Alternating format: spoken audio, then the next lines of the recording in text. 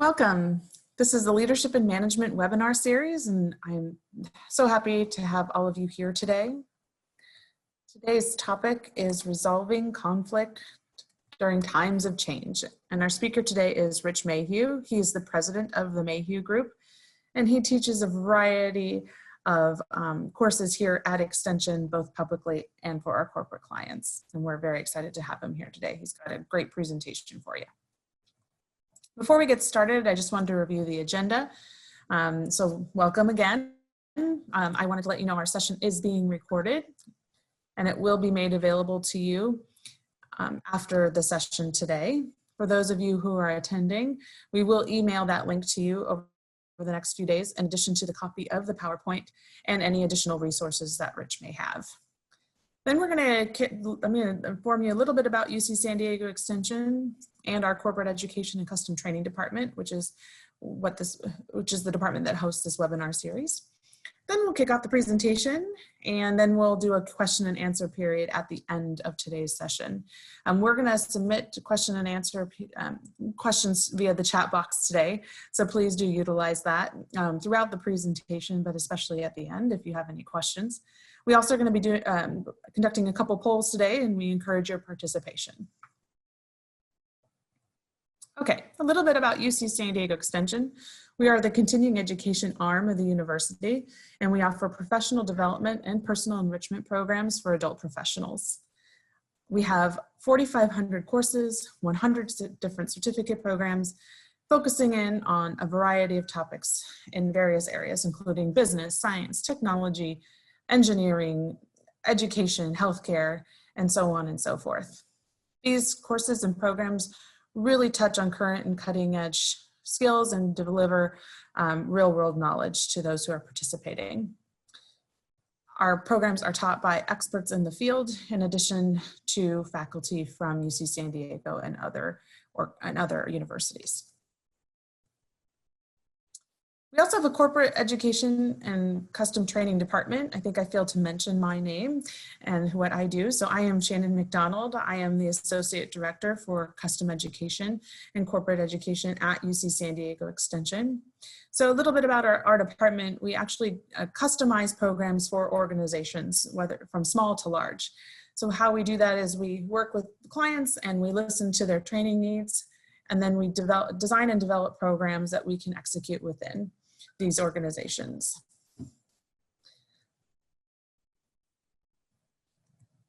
I also wanted to let you know about some of the leadership programs we have. This webinar series really does hone in on leadership and management topics. So if you want to continue to expand your knowledge, here are some programs that you can take advantage of.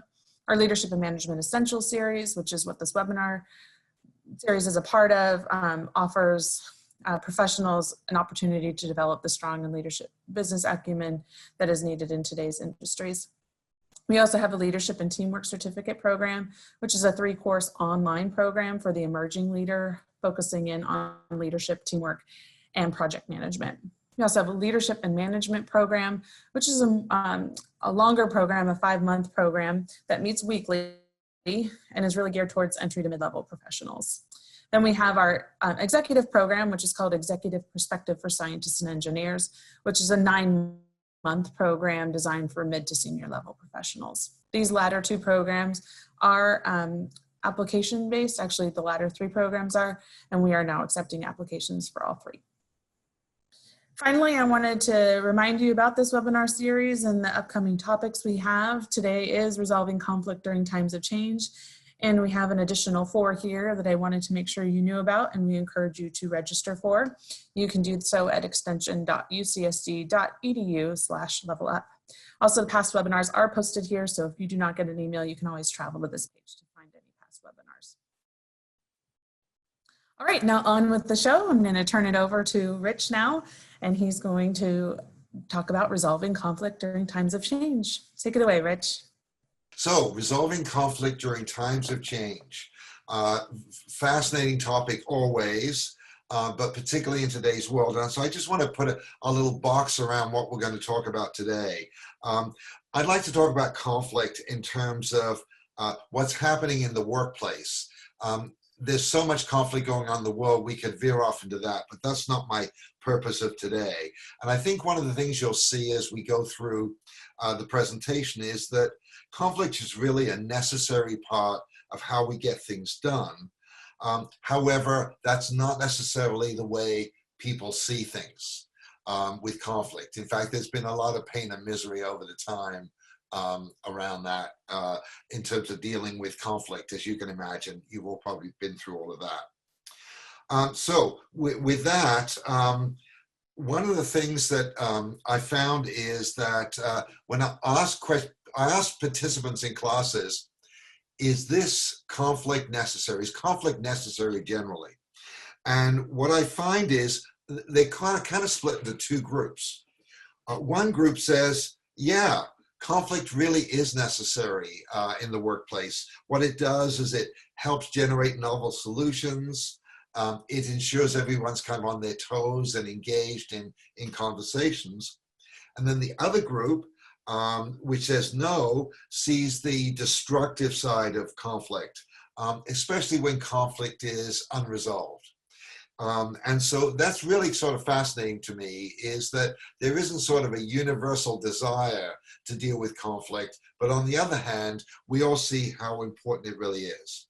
So really, conflict has a checkered past. And what we want to deal with today is to look at, well, what's the impact of that? So what I'd like to do is then kind of ask this question of you. Is my organization's culture supporting healthy conflict? And this is something that's one of my kind of go-to questions when I start working with clients. And, you know, can you answer yes or no, or maybe somewhere in between for your organizations? The interesting thing in the work that I've done, I found that many organizations will say, no, our culture doesn't really support healthy conflict. And there's a variety of reasons for that. But interestingly enough, one of the biggest reasons of it seems to be that there's an avoidance of conflict, that people actually don't want to engage with others in a discussion that might cause conflict. And so they veer away from it. And that, as you can imagine, can be really quite unhealthy. So with that as sort of context, let me talk about the agenda for today. We're going to talk about what conflict is, not spend a lot of time on that. The definition is not necessarily one that we can debate back and forth. It's pretty clear. And then the types of conflict we have. There's actually two types of conflict we deal with. How we generally respond to conflict, and I have a great model to help you with that. And then the stages of conflict resolution. And what's interesting about this is, with my work with clients and using a really great questionnaire that I'll reference in a little bit, I found that when conflict doesn't get resolved, people then, they don't like stop and go, okay, well, we won't have the conflict. They change their approach and their style. And the next time they try and deal with the individual. And then if that doesn't work, they try another style. And I want to talk about what we've learned about that. And then we'll spend a little time talking about how you manage a conflict discussion. And that's pretty much an action-packed hour. And we'll have some time for Q&A at the end. So put on your seatbelts, we're about to take off, and we're going to go on this really fascinating journey of what conflict is all about. So I'd like to have you take a look at these statistics and these numbers.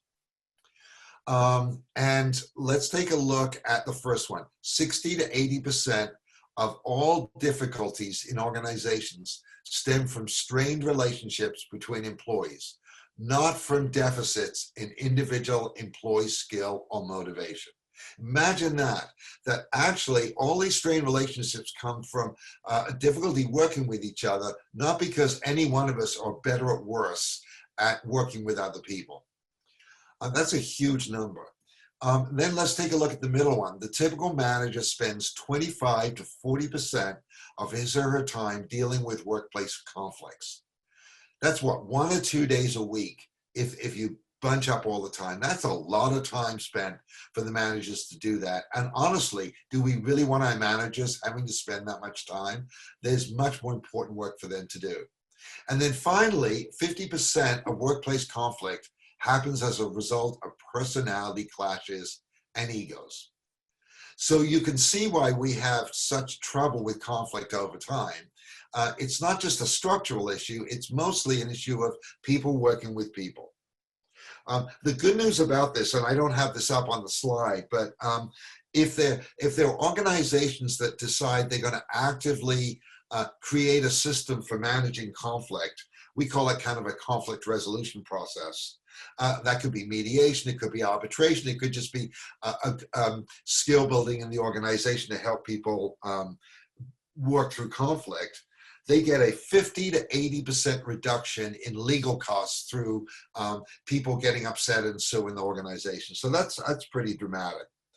So you can see from these statistics, we're looking at a lot of money and time being thrown at conflict, and it certainly makes sense if we can come up with systems and ways to be able to manage the conflict a little better, knowing that conflict's not going to go away. There's not going to be any magic solution going forward. The interesting thing is, one of the questions in today's world might be, well, Rich, these statistics came from before we were under lockdown, before people left the office. Would they still apply today? And I have to say that in, for example, the coaching that I've been doing since COVID kicked in, so all this coaching's done online, several of my coaching engagements are because of conflicts between the person I'm coaching and somebody else. And that's happening in today's world. So conflict isn't going away because we're sitting at home chatting over Zoom. And in fact, what we find is because Zoom is not a perfect way to communicate, there are exaggerated missteps in communication through any sort of video conferencing.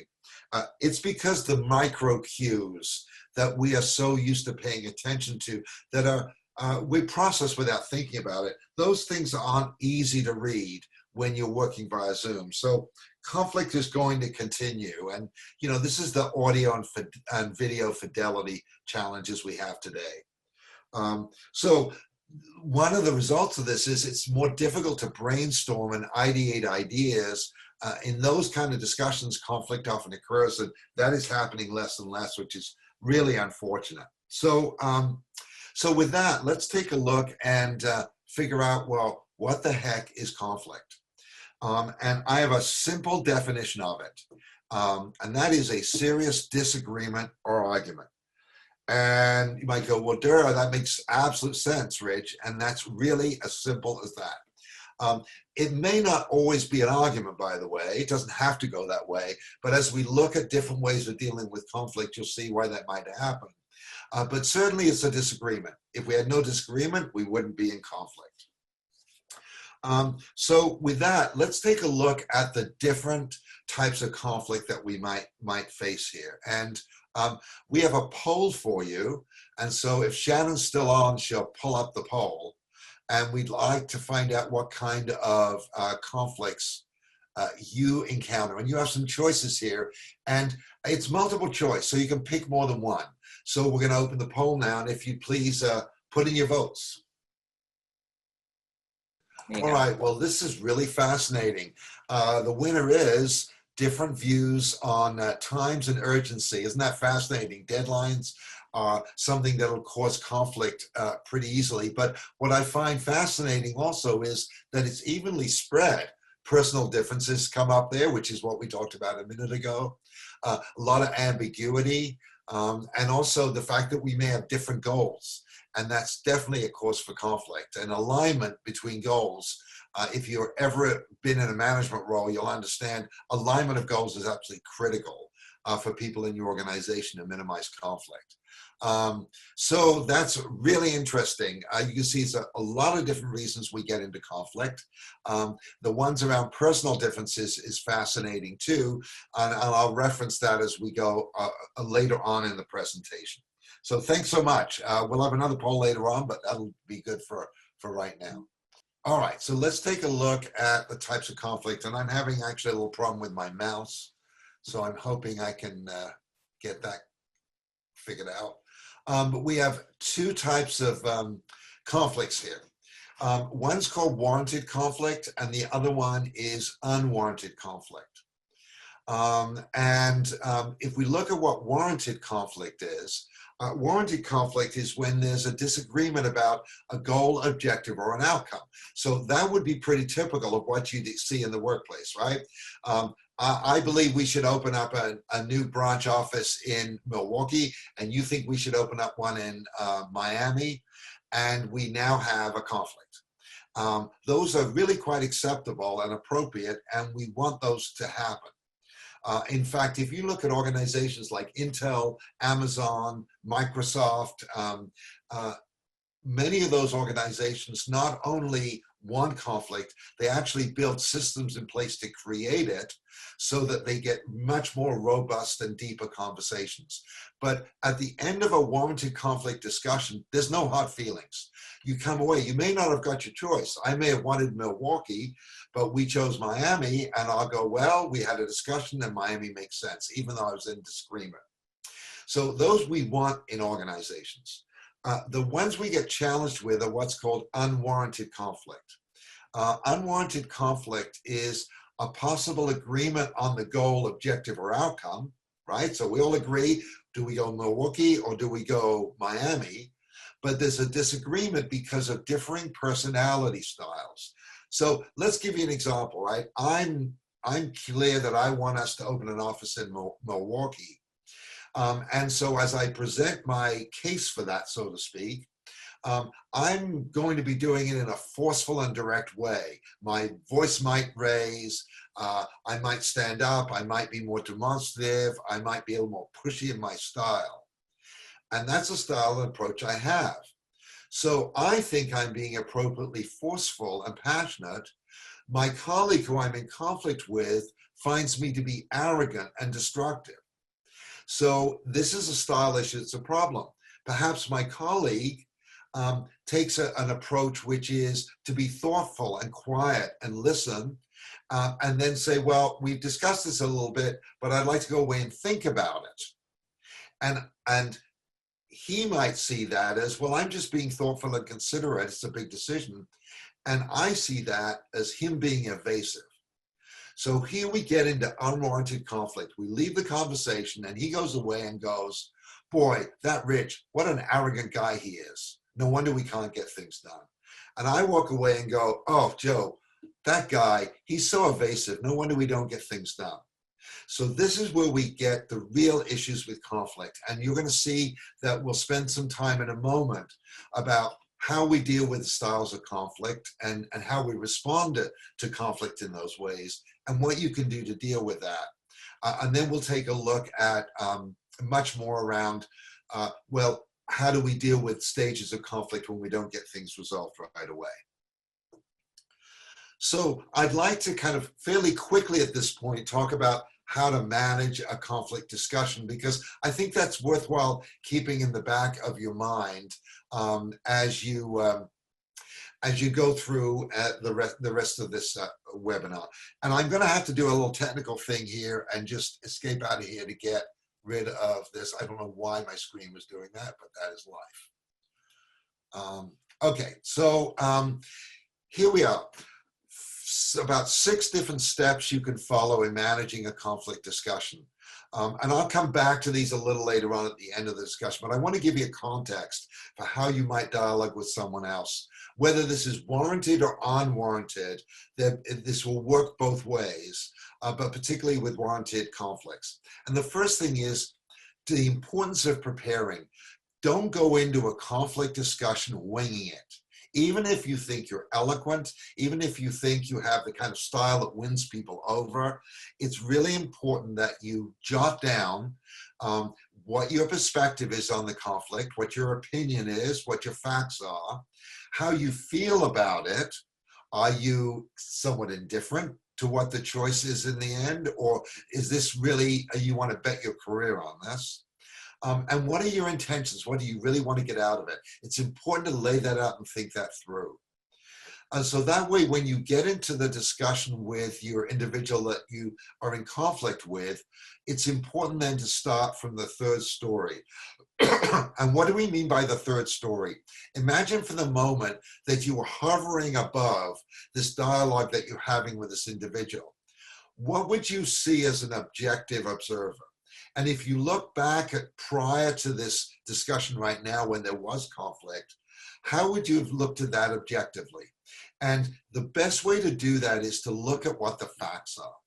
The facts not only of what you believe in as your case, so to speak, or what you're arguing for, but also the facts in terms of what you heard from the other person. So it might be, you know what, Sally, I just want to kind of recap where we are at this point and why we're in this challenge.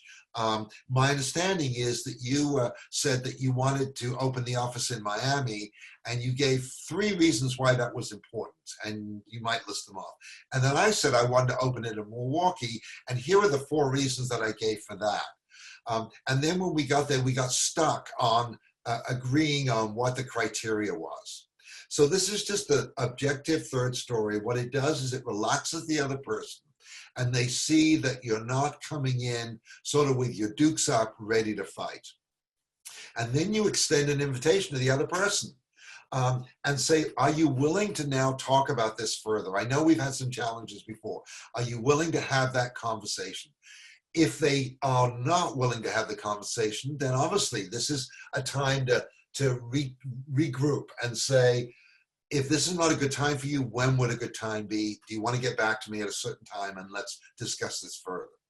But assuming they're willing to discuss it, then your job is to be an absolutely amazing listener and to hear what they have to say. They may be emotional. They may be upset. Their facts may come out in a convoluted way. And all this time, rather than reacting to it, so this takes some self-control, rather than reacting to it, to sit there and actually listen for what they're saying, maybe even taking notes if that's helpful to you. And then when you've listened authentically, then you can speak for yourself and do it with clarity. And you have a right to do that, by the way. No one person is required in a conflict to just shut up and be quiet. You have a right as a point of view. You have a legitimate point of view. And to express that with clarity without expressing all of your emotions behind it. And then once all of that information is out, so we're clear where we are today and we understand our points of view, then we move into a problem-solving mode. And I think this is worthwhile for you to mention to the other person that here's our process, and now we've shared what we understood the facts to be and where we are on this. Let's look at a way to be able to problem solve. And the simplest way to deal with that is to use 2 steps. The first one is a divergent process. A divergent process, if you can imagine, kind of opening up.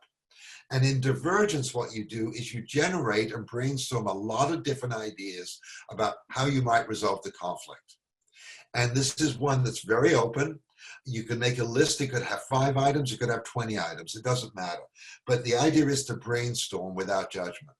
And then when you've got that list, then you can get into the converging part of the discussion, which is narrowing it down.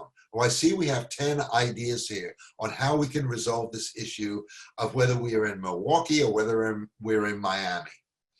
And let's take a look at what's in that list. And it looks like we need to set some criteria. It looks like we maybe need to go out and do a little more research before we come and make the decision. And by doing that, you get a common agreement about how to go forward. And that's really the intent of the conflict discussion, is to come out with an agreement going forward. So I want to give you a context of how you might manage that. That will help you put the rest of this presentation a little more into perspective as we go. So I'd like to introduce you to the first model we're going to look at, and I'm very excited to present this model. It comes from a Thomas Kilmann organization, and it's called Kilmann Diagnostics, and their website is listed at the end of the presentation. And I've worked with them for many, many years. using their Thomas Kilmann conflict style indicator. And I'm presenting the model here for you, and I can't dig really deeply into it. This is just a 1-hour webinar, but I want to give you the highlights of it because I think this is really helpful in having you understand, number one, how you might respond when you're in a conflict situation, and also having a sense of how other people might respond.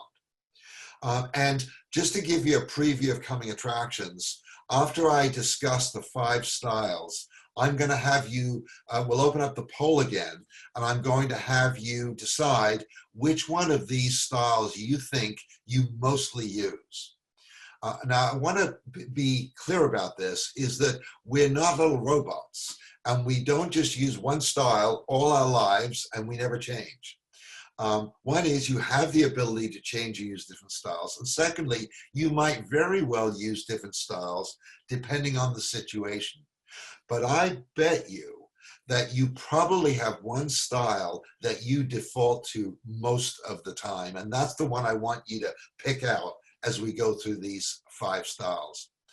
The other side of this is there's probably one that you studiously avoid at all costs. And that would be sort of interesting to know. We're not going to poll you on it. We'll just poll you on the one that you believe you use most of the time. But it's just interesting to see which one do I really avoid.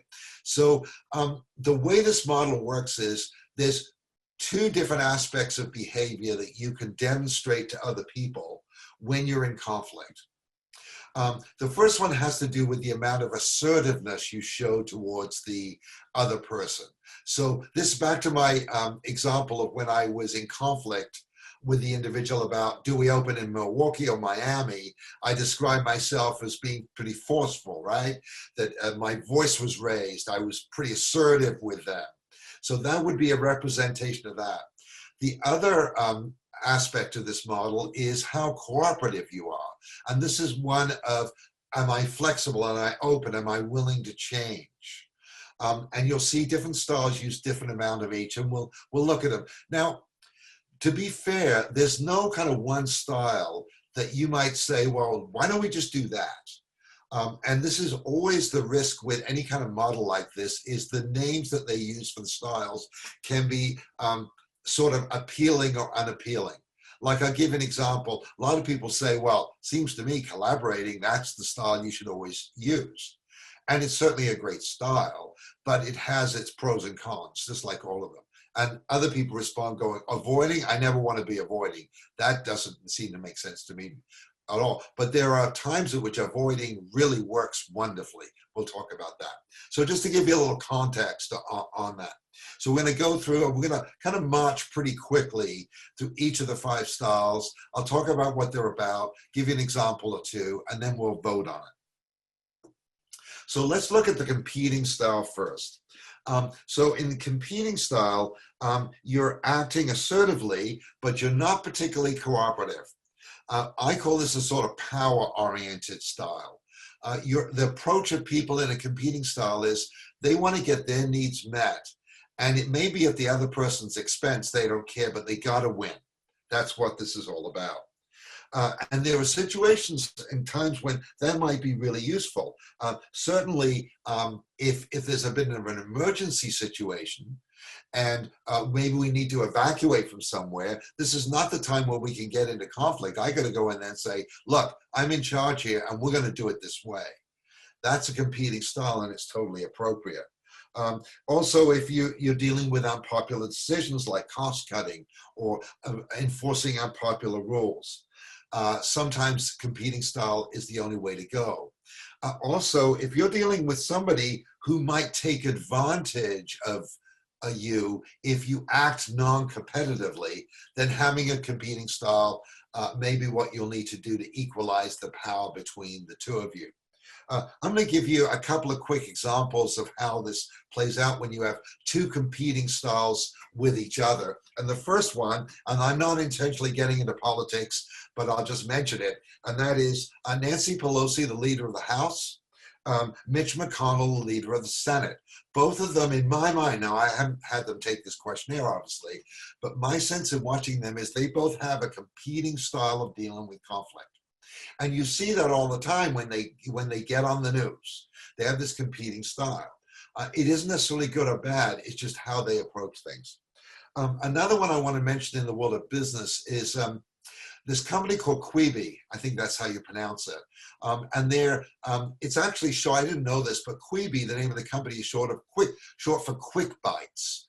And what they've done is they've created TV shows that you can watch in like 10 minutes. It's a fascinating concept. The person who founded it, Jeffrey Katzenberg, used to be the head of Walt Disney's movie animation group. And made quite a few successful animated movies over the years. Left that, started DreamWorks, another movie house, and now he's kind of wandering around and started Quibi. So he's the founder. He brought in a CEO. He wanted a business person, strong business person. So he brought in Meg Whitman, who amongst other things had been the CEO of eBay. And she's no shrinking violet.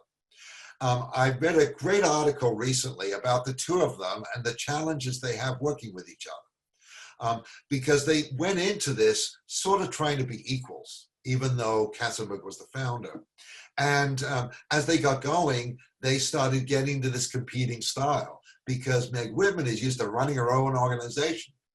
And Katzenberg used to running his own organization, and particularly being somebody out of the creative movie industry, usually the leaders and the founders there have the attitude of do it my way and don't argue. And Whitman said, I'm not putting up with that. I'm not going to do it your way. And so, interestingly, two competing styles, they worked through a process. And what's great that came out of that was they said, we have kind of newfound respect for each other from that discussion. And we've set up boundaries about who's going to play in which part of the sandbox. And that was their way of resolving the conflict. Jeffrey does his thing, she does her thing, and they make sure they don't collide too much. So competing isn't necessarily a bad style, but you have to be aware of when you want to use it and whether it really has the impact that you want. So let's go on to the next one, accommodating style. With the accommodating style, you're both, you're unassertive, but you're very cooperative. And that you say, wow, isn't that kind of a pushover style? It does actually neglect your own concerns in order to meet the needs of others, and so can be seen as a somewhat self-sacrificing style. A positive side of that is you can be quite charitable. There are times at which accommodating really makes sense. And if any of you are, you're in personal relationships, romantic particularly relationships, you'll recognize this style. You've used it quite a bit. And I have too, and that's how I've maintained so many of my relationships. But here, you want to use it when the stakes are fairly low and it doesn't really matter. So you give up on something and let the other person have their way. It's not a big deal. Also, you can use it if you want to build up your social influence bank account and say, well, I'll give in this time, but the next time I'm going to want something back from the other person. It's also useful if you find that you're outmatched by the other person, and it would hurt your cause to fight too hard, and also when harmony is really needed. So accommodating style can be useful. Let's go on to collaborating now. In the collaborating style, you're both highly assertive and highly cooperative. And this is great for really seeking solutions that are difficult to find. Because in order to use this style, you have to identify the concerns of the other person and yourselves and seek alternatives. And that means that you've got to resolve people's concerns. And so this sounds like a great one to use, but it takes a lot of time. And so you have to be aware that if we're going to use the collaborative style, we need to put time and effort into it.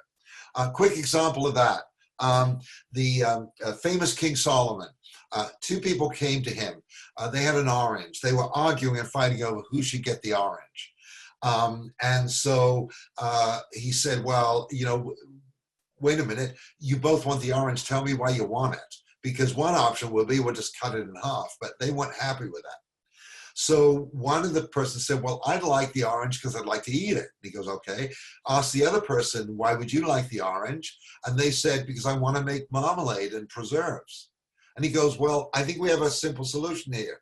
will just peel the orange, give the peel to the person who wants to make the marmalade, because that's what you need for marmalade, and will give the inside of the orange to the person who wants to eat it.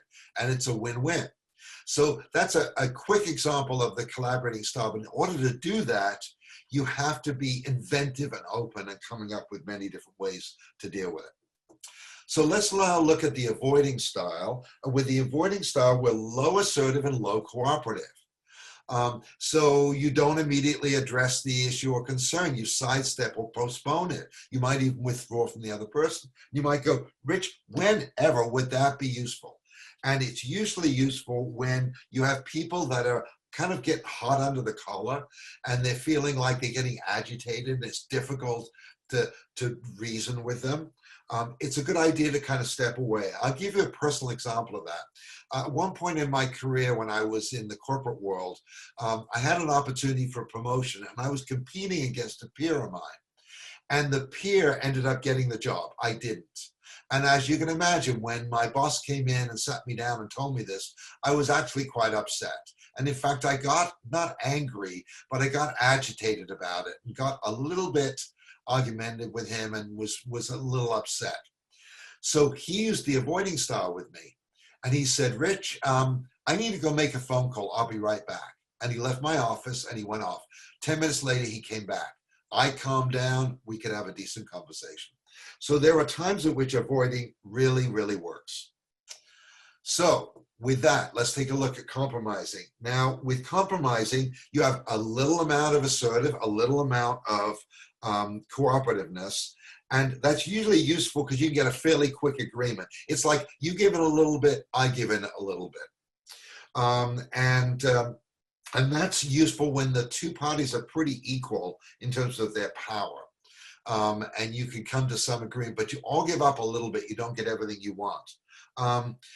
One example of that in today's world is the NBA appears to be having created a system to be able to finish the season.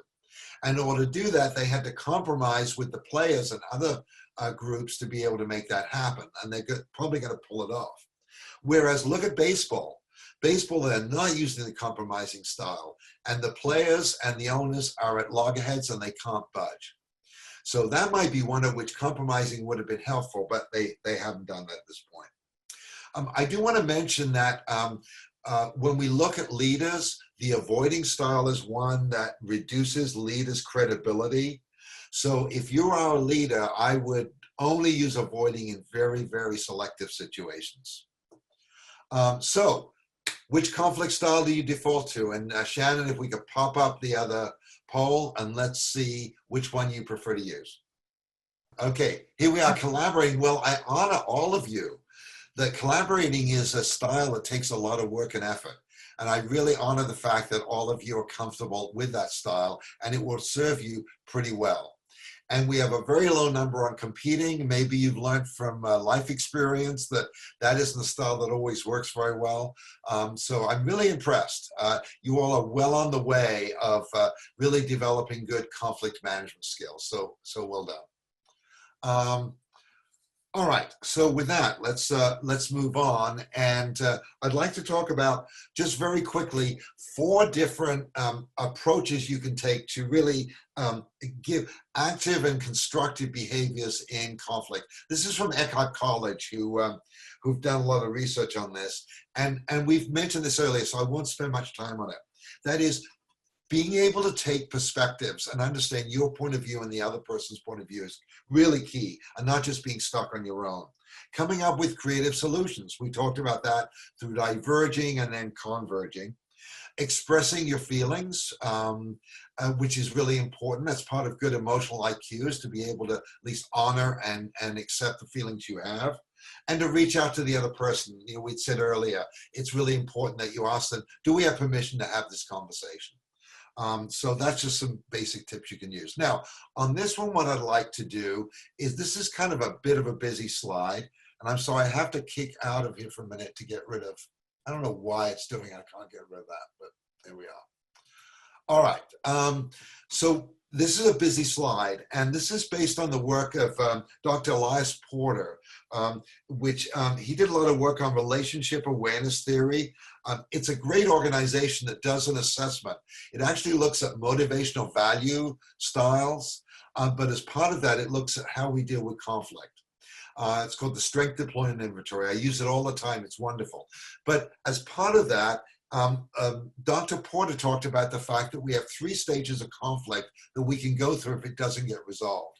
And I'll move through this fairly quickly. It's a busy slide. You don't need to worry about the colors. What I want you to focus on is the second column, area of focus. This is the key to this whole piece. And that is, when we first get into conflict, we have 3 concerns that we want to deal with. We want to take care of ourselves and make sure we come out with our ego and feelings intact.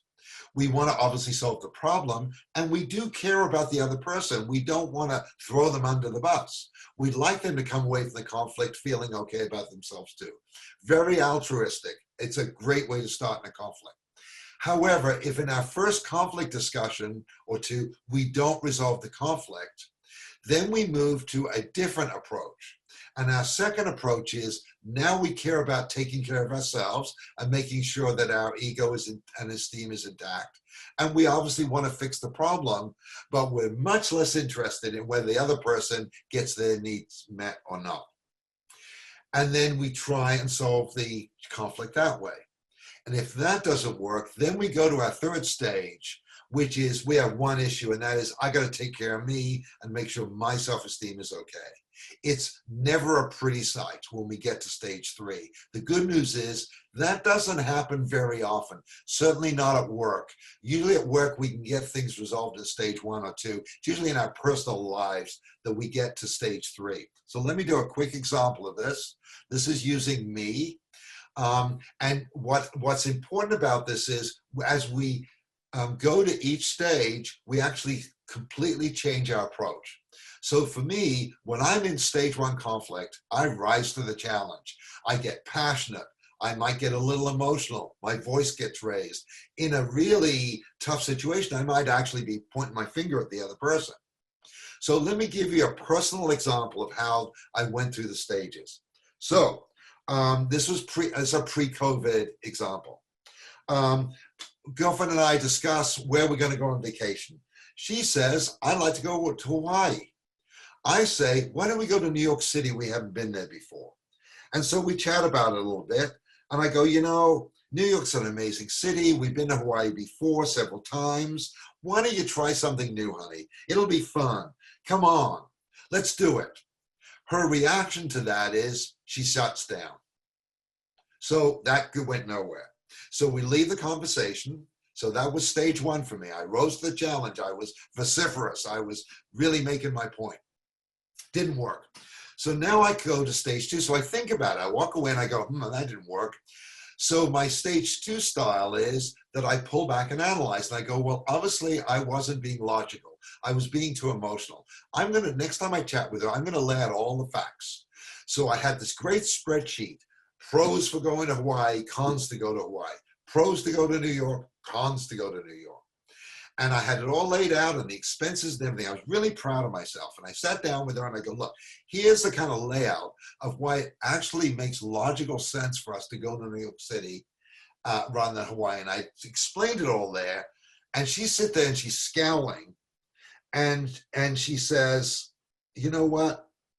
I think you're being inconsiderate. You still haven't heard me, Rich. And she's kind of yelling at me for this. You haven't thought about me, blah, blah, blah. And so that's the end of that. So we still didn't get it resolved. So then we go to stage 3. Now, stage 3, as you can see from the little arrow here, I surrender completely. And you can imagine it's not necessarily a pretty sight. I come in and I go, I realize this was a mistake. I had all this argument about this. I'd gone through all these different strategies. They don't work. And I just went in and said, honey, you're right. Whatever you'd like to do. You want to go to Hawaii? We'll go to Hawaii. And so that was my stage 3 conflict. So the reason I bring this up is I want you to be aware that if you don't solve the conflict in the first stage, you will shift your style. Everybody does, which means the person that you're in conflict with will shift their style too. So if they were angry in round one, they're not going to be angry round two. They'll have a different style. So that is the purpose of demonstrating this. Really a useful tool. All right, so let's start wrapping things up a little bit here with tips for a successful discussion. We talked earlier about the importance of listening and staying calm. You know, Christopher Voss, who does hostage negotiations, you think, what's that going to do with conflict? But he's dealing with people who are angry a lot. And he said, one of the things I found is that if I stay calm with the person who has got the hostage, that they're more likely to calm down too. It's neuro-linguistic programming, basically. I stay calm, they get calmed down. And also, if you can exhibit empathy, just words like, I can appreciate and understand, Rich, your point of view on this. Just by saying that is so helpful. Dig for the details. What's their perspective? Be inquisitive. Be curious. Focus on behaviors, not judgments or implied motivations. It's easier to say to somebody, you know, when we deal with conflict, you just always seem to get angry. Well, that's not very helpful. But if you say, when we deal with conflicts, you raise your voice and that's intimidating to me, that's useful feedback. So that gets to the next point of explaining the impact of their behavior. We talked about brainstorming and problem solving, absolutely critical part of this. And to thank them and show appreciation when they're willing to engage, and to not get impatient and rush things. Conflicts don't always get resolved very quickly, and that's okay if you could stay in that awkward space. So we've come kind of a long way here, haven't we, folks? We've looked at what conflict is. We've looked at the different stages of conflict. We looked at how different styles of conflict, you got to look at which ones you might use. And we looked at some tips and tricks on how to manage conflict discussions. I want to reference here the two assessments that I use, Strength Deployment Inventory and Thomas Kilman, both really great assessments I use in my business around conflict. And I'm the Mayhew Group. I'm here in San Diego, and I do a lot of work, obviously, online. You know, we used to do it face-to-face around leadership, teamwork, conflict, anything to do with 2 or 3 people working together. I'm your man. So that's the story of conflict at this point. We walked through it pretty quickly. Thanks for paying attention. And I want to have some time for you. So we have questions, and let me turn it over to Shannon. Any questions pop up today? Yeah, there was one already, and I just put in there that people should start submitting questions now. But I have one. It's, how do I manage conflict with leadership? I find they ultimately have final say and can end a conversation at any time. And that's a really great point. And, you know, that gets back to the idea of the competing style, right? You don't always want to take on competing with competing, but on the other hand, you might. And so one of the things I want to propose to you on this is that they may be management and they may act autocratically, but they may very well be doing that because no one is willing to actually, in a respectful way, challenge them. So one of the things I'd like you to do to turn this around is to say, I hear you, boss, on this. Are you willing to hear a different perspective? I have some ideas. Now, if the boss says yes, then off we go. We can have a great discussion. If the boss says no, it's my way or the highway, then you can ask them, well, you sound like you're kind of stuck on that. Could you tell me a little bit more about why it's so important for you to be that way? Because it can be difficult for people to buy in when you just tell them what to do. And of course, I don't know what they would say to that. If somebody is just going to be an autocrat no matter what, there's not much you can do, but they might be a little open. So hopefully that's a little helpful, quick fix on that one. Great. How about another one, Shannon? Anybody else? Going through here. Okay, I'm a mediator, and as a mediator, I begin the joint session not with the third story, but the first, with each party story, and then build with them to the third story. You said that if we are an objective observer, we begin with the third story. Could you explain this? Well, that's a good point, and I would say if you're professional mediator, then you're already at advanced conflict management, which is a step above what we talked about today. That would be a very sophisticated approach, I have to say, and I honor you for that. The third story really is just a way to say, imagine a newspaper journalist, we're not talking about somebody on the extremes, but a legitimate paper, we're watching everything that had happened prior to the conflict. How would they document that? And that's all we're talking about, is just documenting the history. So if I recall, when we first started chatting about whether we should go to Miami or Milwaukee, this was the information that was presented. And I remember you talking about the fact that here are the 5 reasons. And at the time I was talking about the 4 reasons we should be in Milwaukee. You're just laying out the data is all it is, just to get people clear about, well, can we understand what it is that we're really disagreeing about? But I really honor your system, and I really think that's great that you're using that level of sophistication. Another question, how do we get people to head towards the resolution and not get bogged down in the debate portion? That's a really great question. One of the ways could be by simply nudging them along, which is, well, we've spent quite a bit of time going back and forth on information and we've laid it all out. I'm wondering if maybe now it's time for us to move on and figure out what we're going to do with all this information. And I'm wondering if a way we might do that is to look at what criteria we could use to decide which of these options to go with, or to decide how we get ourselves out of the situation that we're in. Again, you're asking permission, right? And they can either go along with it or not. If they go, no, I refuse, I will not go forward. Well, there's not much you can do about that. You got to do the avoiding. Well, that's fine. Okay, I appreciate that. Maybe we can come back and chat about this at another time.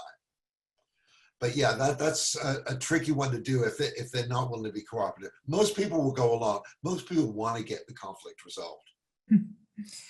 Okay, another question. How do you work through conflict when the individual is only looking for a win-lose situation and looking for the leader to always surrender? Looking for the leader to always surrender. Well, I'm not quite sure quite what that question is, but I'll take it as, what do you do when you're dealing with somebody who likes win-lose, the competing style? Here's what I would do. It's sort of a jujitsu move, which is you want to deflect the energy away from you, number one. So they may be vociferous, they may be pretty passionate, they may be even accusatory, but don't accept any of that. You don't have to respond to any of it, and be completely calm. And come back with a statement like, you sound like you're pretty passionate, or you're pretty fixed on your point of view. It sounds like you really kind of want it your way. And I just wonder, is there any way that you would be open and willing to think of another perspective? And if they go, no, absolutely not, I've thought this through and it's got to be my way, and say, well, can we look then at the implications of this if it was your way? What would be some of the downsides to having that happen? And I'm hoping they might talk about that a little bit with you, and it might get them to be a little bit more flexible. On the other hand, autocrats are autocrats. And if some people are going to not move at all, then you just have to withdraw and go, maybe I'll have another go at this another day. Great. Somebody was saying they really appreciated giving feedback of what they thought their conflict style was, but they were saying, they thought it was important to know what other people think of them and what style they think they use. How would one get that insight? That's a great insight. It could very well be that the Thomas Kilman company has a 360 version of it. I don't think they do, but that would be a great question. You could probably ask people of that and say, if you were to use 2 or 3 words that would describe how I am when we're in conflict, what are those 2 or 3 words? And you could start this out by starting with your significant other. They'll be able to come up with 10 words. And that might give you a sense of that. But start with that. What are 2 or 3 words that would describe me that way? That might be helpful. Okay. I do have a few more here. We are running out of time, so I'm going to do maybe 2 or 3 more. How do you respectfully listen but deflect discussion that could be considered political or divisive among the team. It's not always appropriate to discuss, but shutting down the conversation would imply silencing. Yeah, that's a very good point. I love it. That's a great question. One would be, one of the things I've even done is to say that's a really interesting perspective that you have there. Huh, that's something worth considering. I hadn't thought of that before, or, well, I had thought of that. Huh, that really causes me to think. And then I would leave it at that. And I suppose if you had to, you get up and leave the room. That would be the way to do it. Okay. How do you manage conflict with the subordinate who is a good worker, but is always demanding and combative? Well, I guess it would, the question would be, what are they demanding and combative about? And it might be one to, if you can give them some gentle feedback and say, you know, Rich, when you come in and demand a whole series of things, here's the impact that it has on me as your boss and the impact that it has on the organization. And I just want you to kind of be aware of that. And would it be possible for you to look at some different ways to deal with some of the concerns or issues you have? You clearly have things that you really want, and I don't want to cut those off, but I have to look at it in terms of what's best for the whole organization. Are you willing to be open, at least talk about that? Most people are. A lot of times I find, without trying to be too pop psychology here, most people, when they come away with an assertive demonic style, it's basically because they haven't been heard. And what they really want to do is just be heard. And once they're heard, then they back off. So try that and see if that works. And last question, any tips for having strength in voice? For example, if your voice breaks while you're chatting. Here's what I would do. Two things. One is I would practice, your voice before you go into the conversation back in your office or somewhere quiet, and just sort of go up and down the octave a little bit, da, da, da, da, da, da, da, and just get your voice comfortable, because a lot of it is you're cracking either through not using it very much, or you're cracking because of tension or stress. The other thing I would recommend is to relax and get yourself into a meditative place before you get into that conversation. Get yourself calmed down and your voice probably won't crack so much. Excellent. Well, thank you, Rich. I appreciate it. And thanks for this wonderful webinar. We had a ton of positive feedback. I saw a few of you said, you wanted to know if the slides were being shared. Yes, if you attended, we will email those out to you. Rich also has an additional resource that I'll be including in that. Give us about a week to turn this around as we do a little bit of editing, especially since the intro of this got a little broken up. So we will turn that around and get it to you probably within a week's time or so. And I just wanted to make sure you knew that we had additional webinars coming up here, including one next week on Leadership Disrupted. Then we have an emotional intelligence topic, lean leadership, and then building leadership resilience to overcome stress with Rich again at the end of next month. So we hope you join us for those. You can register by visiting extension.ucsd.edu/levelup. And again, past webinars, we've had 3 at this time, maybe even 4, are also listed on that website as well that you can view if you didn't get a chance to attend the previous ones in this series. So with that, I want to say thank you again to Rich for sharing his expertise and his knowledge on this topic. We do have longer workshops on all these topics, both online and in person, and you can find those at that same website.